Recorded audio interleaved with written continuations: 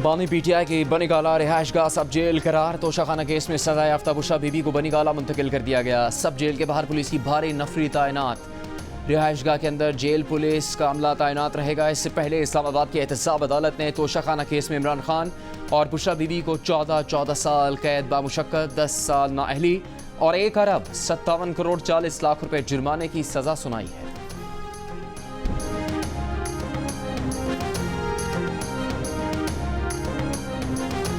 बानी पीटीआई की तोशाखाना नैब केस में हक दिफा खत्म करने के खिलाफ दरखास्त एतराज़ के साथ समाअत के लिए मुकर्रर। हक दिफा से मुतालिक दरखास्त गुज़श्ता रोज़ दायर की गई थी, तहम आज एहतसाब अदालत अपना फैसला सुना चुकी है। बानी पीटीआई की साइफर केस में दरखास्त भी कल एतराज़ात के साथ समाअत के लिए मुकर्रर। बानी पीटीआई ने 2 सरकारी डिफेंस काउंसिल मुकर्रर करने के खिलाफ दरखास्त दायर की। साइफर केस में भी ट्रायल कोर्ट फैसला सुना चुकी है।